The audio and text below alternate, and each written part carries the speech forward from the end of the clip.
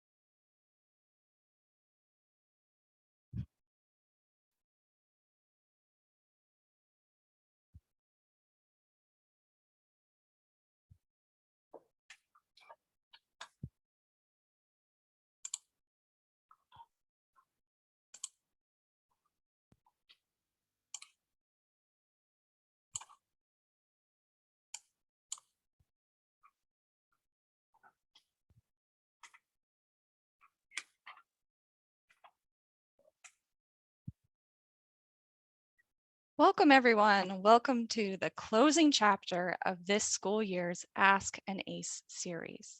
AIA Virginia is pleased to be partnering with the Virginia Department of Education Work-Based Learning Program to host this online series of sessions exploring various careers in the architecture, engineering, and construction industry. I am Brittany Raffin, an architect at AECOM in Virginia Beach and the AIA Hampton Roads K-12 Outreach Coordinator. That basically just means I like being in schools talking about architecture. It is my honor to serve as the moderator for today. I invite you all to relax, have fun, and ask some questions. We will start with a conversation and later have a question and answer period. So please drop questions in the chat tool or use the raise your hand icon. Our goal is to really help you discover what a career in the building profession is like. So please don't be shy. Today, we are focusing on urban planning, and who better to introduce urban planning but the current Virginia chapter president for the American Planning Association, Andrew Hopewell. He is certified by the American Institute of Certified Planners, as well as the Virginia Association of Zoning Officials. Andrew is the Director of Planning and Community Development for the town of Culpeper, and also served with other Virginia counties and towns. He holds a bachelor's degree in economics and history from Wesleyan University, a master's of urban and regional planning from the University of California, Irvine, as well as additional graduate studies within the University of California system. Welcome, Andrew. Thank you, Brittany. I'm thrilled to be here and get to talk with you all today. To start a baseline, Andrew, would you please define what an urban planner is and what they do? Throughout my career, I've described the primary job duty that I've had is as other duties as assigned. Urban planners often end up filling in the gaps for many others. Really, what we're doing is largely trying to plan, trying to structure, trying to ensure that the built environment works as efficiently and cohesively as possible. And so that takes on many forms, has many different aspects that we'll touch on throughout the conversation today. But in terms of trying to be as succinct as possible, it's anything that you see that's built or even not built, just the way that the environment and the landscape is put together probably involves some aspect of urban planning. Excellent, excellent. Can you share more about how you embarked on your career? Sure. As you'd mentioned when introducing me, my background is my undergrad was in economics and history, and took the economics for practicality and the history because I enjoyed it. And sort of coming out from my bachelor's degree, I wasn't quite sure what I wanted to do, but I knew I liked numbers, and so I actually originally enrolled in a transportation engineering program. Oh, Uh, interesting. yeah, and found that while I like numbers, the level of math involved in that was a little bit more than I really, really wanted to be dealing with on a regular basis. Um, but it very much exposed me to planning because of the close relation between transportation and urban planning, and the chance to really play a role in everyone's everyday lives with the built environment was something that was greatly appealing to me. And so, I've worked primarily on the public sector side of things. And so again, that sense of wanting to give something back to a community was strong to me. And so ended up embarking on a career in urban planning and in the public sector. So, as students are thinking about going into this career, what kind of experiences, maybe in high school or middle school, did you experience that maybe prepared you for this job? Like when you think of it, was there puzzles that you were interested in? Like, did you just love problem solving? What were the skills that kind of built you into making this decision? Sure, sure. Well, I was fortunate growing up. I actually traveled around the world, but my family lived in different places. So I grew up in Africa, I grew up in Europe, I grew up in the United States. And so whenever we went to a new place, it was that noticing that I had a fascination with just what the different communities looked like, how they felt, how they interacted, a sense of recognizing when the city stopped and the countryside began, so to speak, what those transitions were like. So it was something that built environment aspect was always something that was of interest to me, and it's continued to grow over time as I've been involved in this field, and sort of recognizing just all those things that you take for granted and don't think about. Chances are somebody's actually planned that and worked on that, and there's a conscious decision to try and get that to be the way that it works the most efficiently and works the best.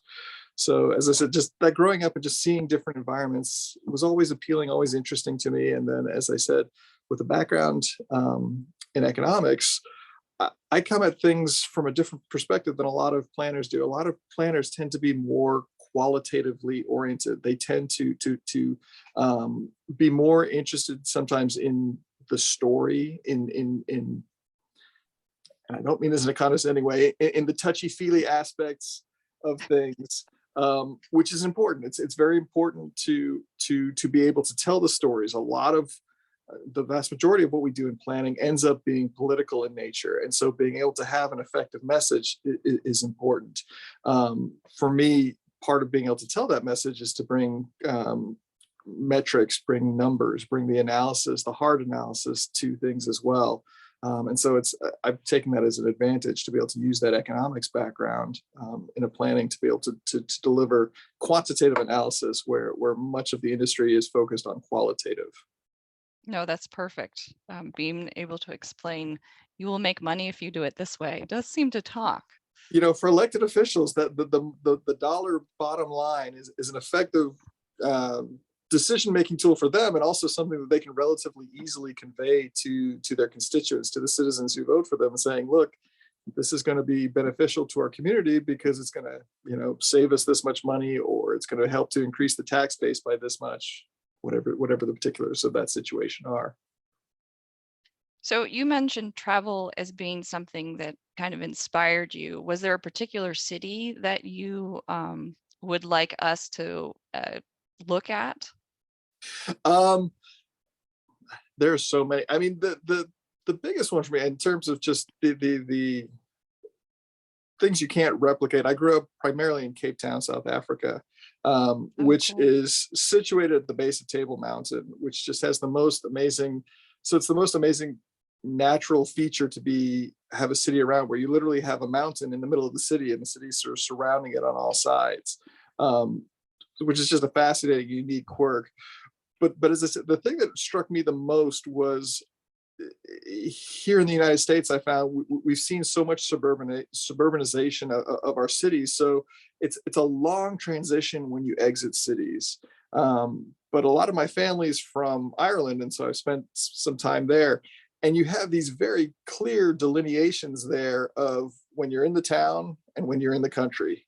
And it literally is as much as I guess that was the last house, and now we're out in the fields with the cows, the sheep, and what have you, and you know so it's interesting how different sort of the policies, the evolution of different countries have manifested themselves in the built environment itself.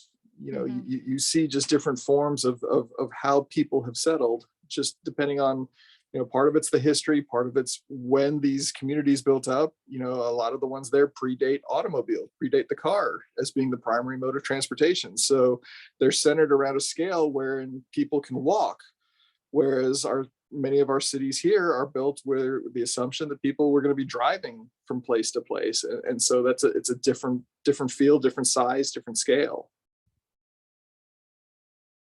And I know that you're certified as a zoning professional.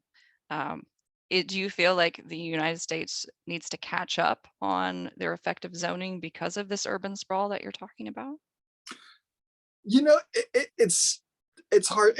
It's a matter of preferences, really. That's the thing. You certainly still see the much more dense, much more walkable environments in our bigger cities, our New Yorks, our Chicago's, Boston's. Again, many of those the older cities that mirror more of the development patterns that you see in the traditional European ones. Um, but for lack of a better descriptor, the newer cities, those that have developed that are automobile centric, it's based on consumer preferences largely. It's based on how people want to live. The concept of the American dream of having your own single family home, the picket fence, a little bit of land. And so in order to have that land, that density has to be decreased. And so you have to be spaced out over a larger basis. Where that's getting difficult now as we move forward is providing or having the opportunities for affordable housing, because that land obviously comes at a cost and a higher cost. And so wanting to have land is more expensive. Whereas if you have smaller units, smaller land, it's able to be more affordable, but Mm. it's a balance. So just bringing it back, all of this worldly knowledge, bringing it back to Virginia, what are some things that you may have pulled from outside as you focus on um, working on Virginia cities? Sure. Well, the key thing for me is that in my role, as I see it, at least as a public sector employee, I'm not the one who has to have the vision for a community. My role is essentially to listen to the elected and the appointed officials, hear what their vision is, what they desire, and then provide them the options and the tools to be able to bring that about. So, a lot of the communities I've worked in have a desire to have those harder boundaries between the urbanized areas and the rural countryside. They value that rural character for large portions of their communities. And so it's working with them on having service districts, as they're called, or primary development boundaries.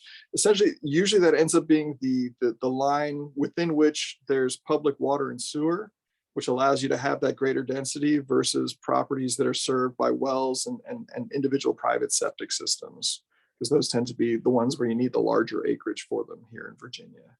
So, again, it's about listening to the community and helping them to bring about their vision, and just helping to provide them with the tools to do that. Now, just to break down what is zoning for everyone that may not have experienced zoning. Sure, sure. So zoning is essentially the rules and regulations that govern how you develop your land, what you can do on your land, and how you can potentially break it up in the future. So it's things like, what is the smallest possible lot size that you can have within a particular district? It's what are the setback requirements? So essentially, how close to the property lines can you build your structure? How high can you build your structure? How much density? What are the parking requirements? And ultimately, there's also then usually a list of uses that are allowed or that are prohibited on that particular property, because you wouldn't want to see essentially heavy industrial developments situated right next to a residential development. That doesn't work out well for anybody involved. So you want to try and have a conscious decision in the creation of your zoning map that structures these things to have more complementary uses in proximity to each other. So you're saying that zoning regulations are basically your tool to make sure that the city naturally falls into um, everyone's idyllic views. And if there needs to be a change, then would you like to talk about just quickly the rules to change a zoning requirement? Sure. And actually, there's two parts. The zoning is largely the rules portion of it. Communities in Virginia are required to have what's called a comprehensive plan, which is really more their vision for their desired future. And that's the one that shows where they want to have different uses. And it may differ from what the zoning is on the ground, essentially the rules as they currently apply. So essentially, if someone were to want to change their zoning on their property, change essentially what the rules are that govern it, they would need to look to see what that comprehensive plan stated and what it envisioned for that property, what the community wanted to see there in the future. And if it's in alignment with that, they're likely would have support for it. But to change the zoning actually requires going through a public hearing process. You've got to take it to a public hearing before your planning commission, and then ultimately either your town council, your city council, your board of supervisors, depending on which type of locality you're in. And a public hearing is essentially where the community at large is notified that you're wanting to make this change, and they have the ability to come out and comment and state their opinion as to whether or not the change is appropriate and beneficial to the locality as a whole, as well. Yes, the community getting um, also feedback and control and how their community is growing is creates a very healthy relationship as your city develops or your town develops. Can you discuss the importance of getting involved in your community? These anyone calling in, I know you might be a middle school or high school or maybe even college, but the importance of understanding your personal community, even if you don't want to be an urban planner, is something that will help you and follow you through your career. So, Andrew, do you mind talking about community involvement No, in the planning world? sure, sure. And I mean, the planning world, as I said, is so heavily tied in with the political world as well. And so, I mean, the first step in getting involved is make sure that when you have the opportunity, vote. Take the time to vote, because the elected officials who are there, who are guiding and leading development within your community, you have a say in who's there and what their vision is, which should hopefully be reflective of what your vision is for the community. But then on individual projects as well, you're going to have the opportunity. Localities are required every 5 years to look at their comprehensive plans. And for the most part, when they do that, they're often having steering committees, public meetings. When these things are adopted, they go through the public hearing process. So there are opportunities for citizens to come forward and to weigh in with their concerns, with their recommendations. And it's important for the staff and the elected and appointed officials to hear that input, hear that feedback. Again, they're doing their best job, but you may have an issue or a concern that they're not aware of or that they haven't encountered before. And so unless it's brought to their attention, it's very hard for them to address it. So again, if you have those issues along the way, you also don't need to wait for that public hearing process to weigh in. You can certainly reach out to your local staffs and bring these issues and concerns to their attention, because they may be able to let you know that either they're working on it or that they haven't heard it, or what other ways there are to potentially address that. But sitting and suffering in silence doesn't do anybody any good, because again, if it's affecting you, it's probably affecting others as well. So speak up to your local staff, speak up to your local elected officials with concerns that you have, and that's the best way to look to get it addressed and changed, and hopefully improve the community for you and for everybody else in it. Yeah, it's important to know that no matter what, you have power, but what are the tools in order to get your message heard? So thank you for explaining that. Do you mind talking about a typical day that you experience, or maybe a unique challenge that you just tackled? Sure, sure. Yeah, I mean, a typical day is a tough one. As I said, with that primary responsibility of other duties is assigned, we're never quite sure what it is we're going to be dealing with here. I work in the town of Culpeper. It's a smaller community. We're a smaller department, so we wear a lot of hats, and so there's a great deal of variety of what we're tackling on a daily basis. But we may well be dealing with folks who want to come in for a zoning permit to put up a new fence or put in a shed in their yard.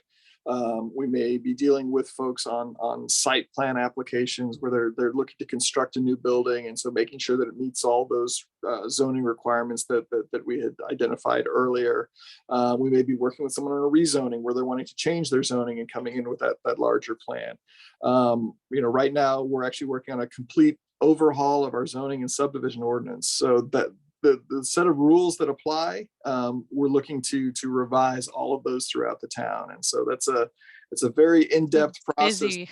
It is, and it's one of those where we're trying to make sure that we, because it's such a large scale one, we don't inadvertently create loopholes, create mistakes, create situations, unintended consequences, which is very, very difficult to do. But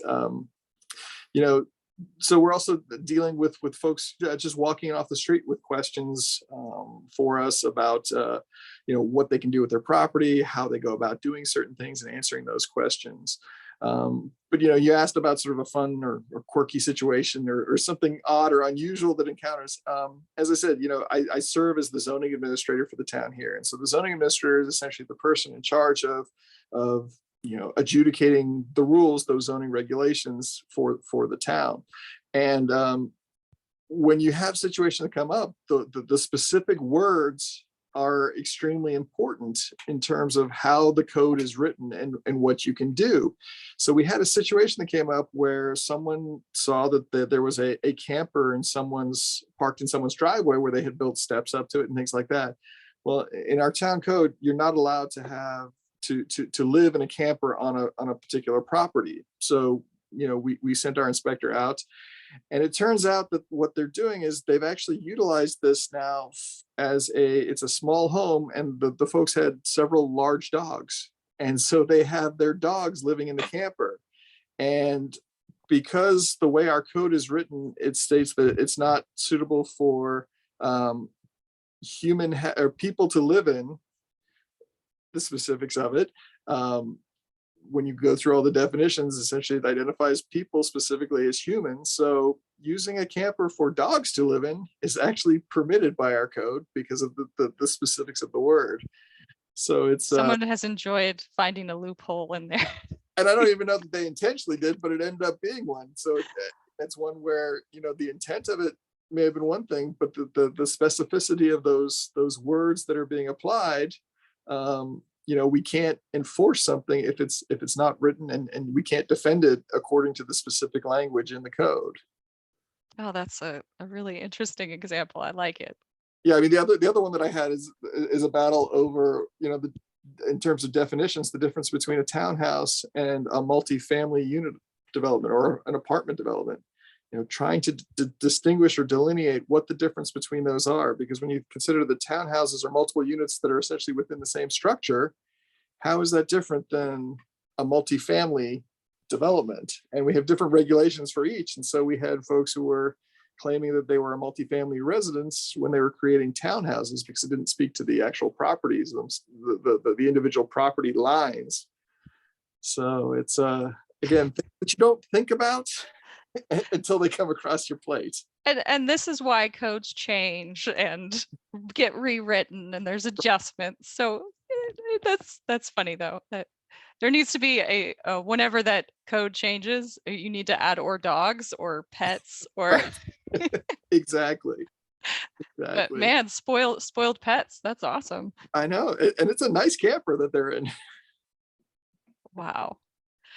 So just coming back to learning about the industry, do you see growth in this field when people are looking for jobs? Is this something that as humanity keeps growing, we always need, quote, our checks and balances, our planners to make regulations?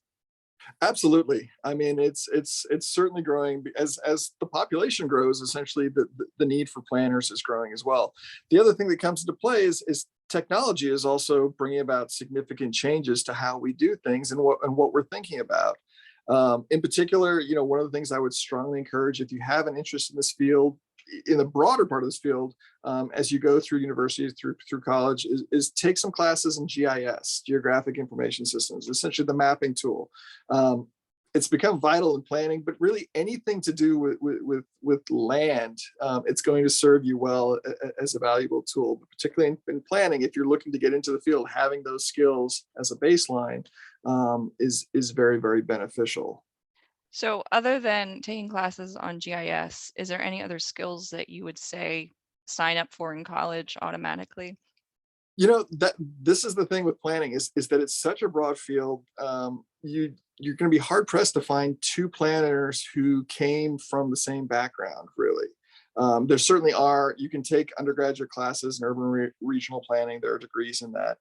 As I said, my undergraduate was economics and history. A lot of people come at it from a historic preservation standpoint. A lot of people come from an environmental standpoint. Environmental regulation is a huge part of what we do as well. A lot of people come from a public policy background. The thing that I love about planning, well, for me, is the diversity of it. But the fact that just about anybody can find something that they're passionate about in planning, find their niche within the field, and make a difference.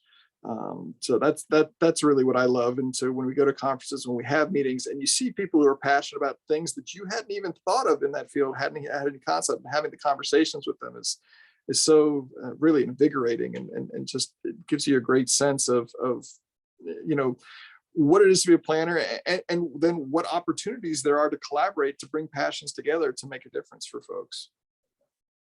So while we're on that topic, what industry trends should people be looking for or be aware of?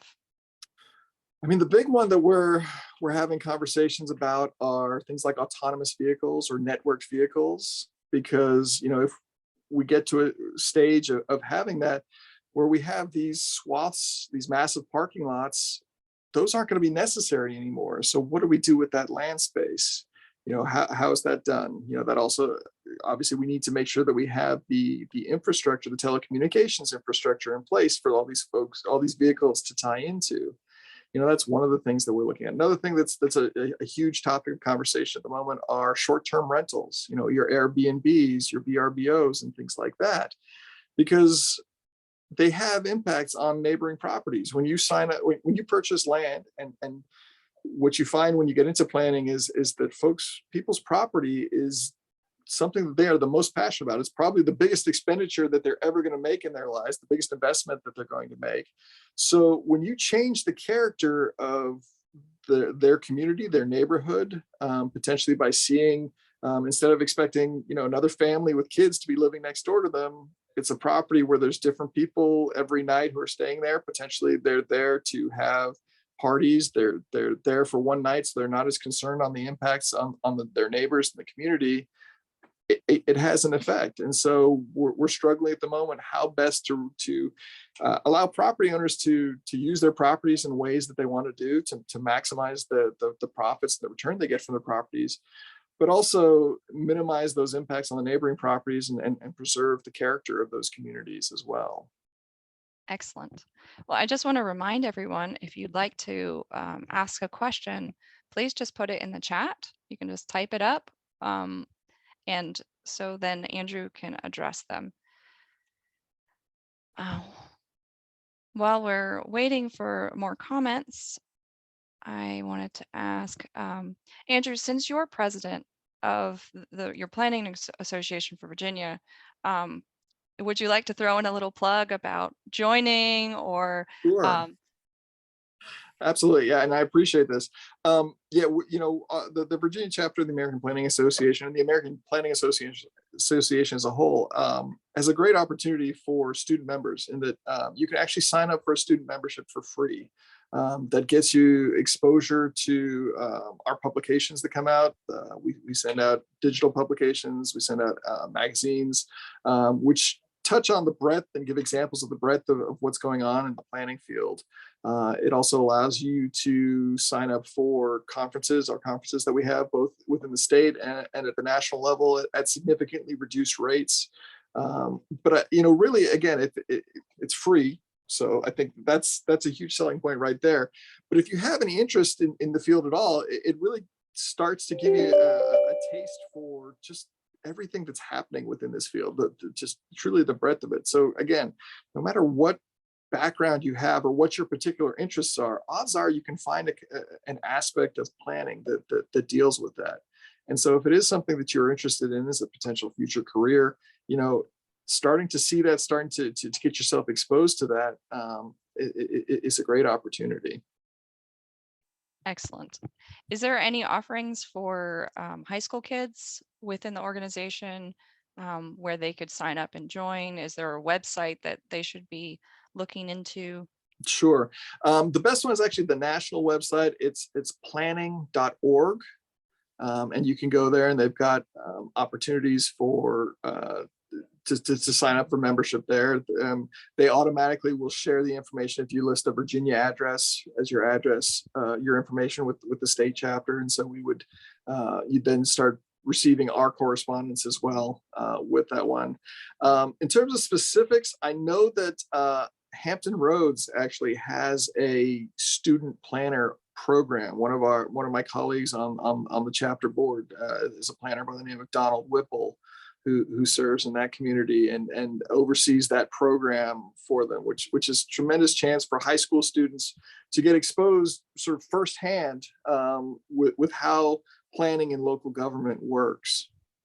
So that's the one Virginia specific example I know in terms of the high school one, but it's certainly one where our conferences and things like that as well, they'd be welcome at, or even just reaching out to your local planning offices and asking to find out a little bit more what they do. I've been in offices before where we've had high school interns serve in the office as well to get some exposure. So again, if it's something that you're interested in, ask the question. Worst thing that happens is they say no, or you don't get there. But if you don't ask, you're never going to receive. And I would say if one firm is not available, there's other firms that might be available. So within architecture, I work, I volunteer within Hampton Roads, but we just did a shadow day. So we had connected students to firms all over Hampton Roads. So I connected them to planners, for instance, that happened to sit in my office. So this is something that AIA does, and this is why we're having this conversation. Ask the question, reach out. We want to help you because we love our careers, and we're super jazzed about it. So if you're interested, this is how you take your next steps. So as they're looking for colleges, is there local colleges that specifically focus on planning in Virginia? Yeah. Yeah, the American Planning Association has an accreditation program for certain for planning schools, and going through one of those accredited programs shortens your career experience necessary to earn your certification. So if you're certain that planning is a path for you and you're wanting to get that certification, the three schools in Virginia that have accredited programs are at Virginia Tech, University of Virginia, and Virginia Commonwealth University. Those are the three. That being said, as I said, planners come from so many different backgrounds that I don't think you should limit yourself to those three schools in Virginia if there's a strong passion for another school. Again, finding somewhere that you feel comfortable that you're going to thrive is going to be more important than necessarily checking the boxes. It may be a slightly circuitous route to get where you want to get to, but if you're enjoying that path, that may be a better way to go than the direct line one. Looking back at your life, is there a message that you would have told yourself, right before you went into college to kind of set you on a different path? Or do you think all of the quote mistakes or pathways that you took directed you to be exactly where you are? And, is there a message that you want to Yeah, I mean, to be honest, I've gotten where I've gotten to largely by taking the opportunities when they present themselves. I've had plans at different times that I've tried to follow, but my experience is sometimes life just throws you those opportunities or those setbacks that ideally you need to learn from. There's the joke I've heard, if you want to make God laugh, show him your plan, things of that Yeah, yeah. nature. So it's really, but it's making sure that you have a mindset that you're prepared to accept those opportunities when they present themselves. Again, as I said, I went to grad school initially planning to be a transportation engineer, and then realized that that wasn't for me, but was able to then transition it over to urban and regional planning. And it's been along my career, just I've always been inclined when asked to tackle something new, to take on something, to say yes, and then potentially figure out how to do it. Simply because for me, I like learning. I like getting exposed to something new, and you may like it, you may not like it, but you're further along in terms of knowing who you are, knowing your strengths, weaknesses, knowing what it is you enjoy and what you don't enjoy by doing that. Some of the advice that I give to university students who are in planning programs and know that they want to do that as a career is, it is sometimes a tough field to get into. There are a relatively limited number of positions. So sometimes it's important to get your foot in the door in an organization. You may be doing the things that you don't like. You never know. You may discover that you do like them. But it's just as important in terms of your long-term plans to know what you don't like doing as it is to know what you like doing. And if you haven't been exposed to something or haven't tried something before, you never know. It may be an opportunity to learn something and find an area that you actually do thrive in, that you really enjoy.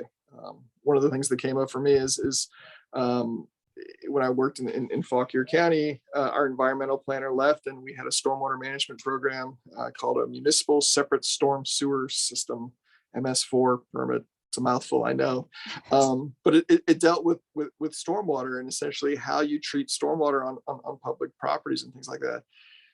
I'd never really given stormwater all that much of a thought before. And now, after administering this program, I can't look at rain and puddles and not all of a sudden be focused on, well, where's that going? How's that being treated? What's the outcome of that?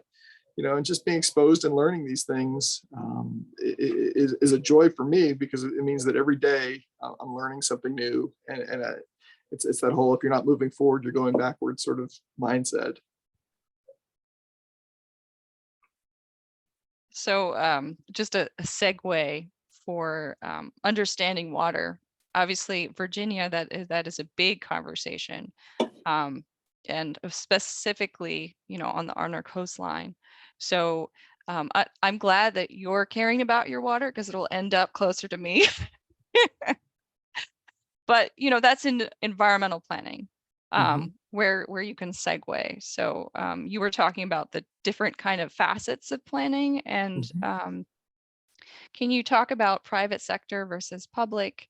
I know we've talked a lot about public, but if you could kind of explain what the private sector is like, and things that they could be doing. Sure, sure, and yeah, and I apologize for that. Just my background being public sector, obviously, when I'm sharing my experiences, that's what they're aligned with. But I do work closely on occasion with members of the private sector. I serve on boards with private sector ones as well. Um, the difference is in a public sector one, essentially you're rooted in one location, and you sort of become vested in a community, and you're working through everything in all aspects with that particular community. With the private sector, you're essentially able to take your expertise to different places and share it with them. So they'll bring you in to work on potentially a comprehensive plan, or to work on a zoning ordinance, or to work on a particular transportation project. And so you're bringing the skills that you developed over your career to that place, and being able to share those specifically with the locality.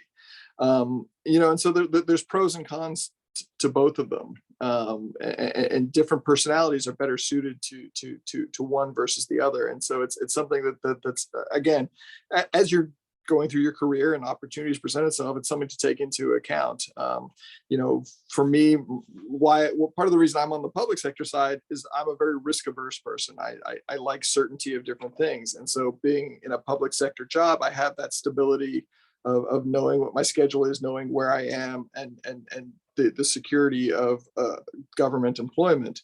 On the private sector side, you've got the excitement of new places, new projects at all times, but you're also constantly working to try and ensure that you have those new jobs lined up for yourselves.